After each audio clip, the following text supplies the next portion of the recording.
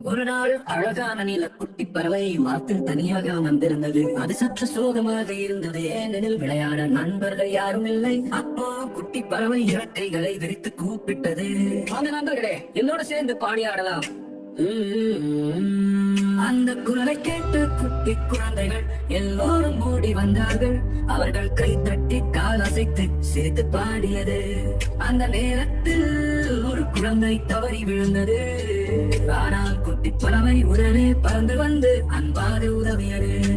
மற்ற குழந்தைகள் எல்லோரும் குஷியாக கை தட்டி நன்றி குட்டி பறவையே என்று சொன்னார்கள். இரவு வந்தது. வானில் நட்சத்திரங்கள் பல வளர்த்தனால் ஒரு நட்சத்திரம் சிரித்தபடி நண்பர்கள் ஒருவருக்கோர் உதவினால் உண்மையான மகிழ்ச்சி கிடைக்கும் என்று சொன்னது. அதனால் குட்டி பறவைகள் குழந்தைகள் இசையோடு பாடியானே என்றும் நண்பர்களாக மகிழ்ச்சியாக வாழ்ந்தார்கள்.